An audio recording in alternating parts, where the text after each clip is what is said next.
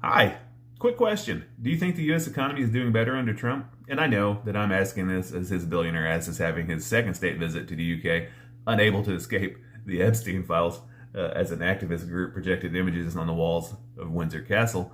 And I also know that I'm asking this as Gaza City is being bombed into oblivion yet again while ground forces start to move in. But it's a simple enough question.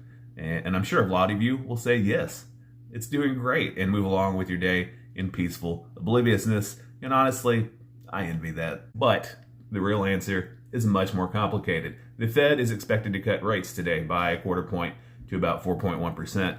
That would be the first reduction since last December. But it's not because the economy is doing well.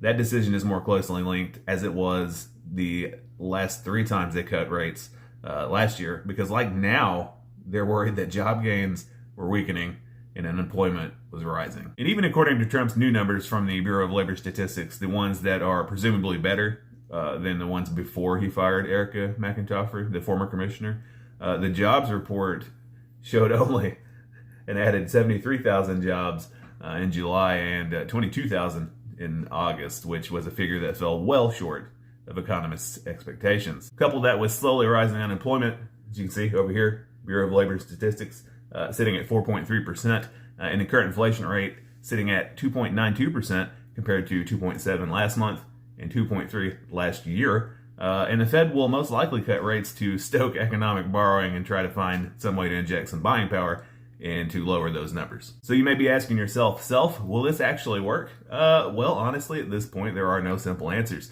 I'm not an economist by any means, but logically speaking, given the huge amount of uncertainty with policy, tariffs, external risks, the people that make up the bulk of this population tend to spend less and delay investment. So while the economy is still technically growing, that growth is decelerating. It's not booming, but it's also not in free fall. But with the looming fact that there's only so much people in the majority category of the lower to middle class can do to tighten their spending, things could change very fucking quickly. In fact, if you look at the consumer price index right over here, you'll see that all items CPI is up 2.9% year over year, and all items less food and energy is up 3.1%, and food itself is up 3.2%, and so on. So we'll see how it goes.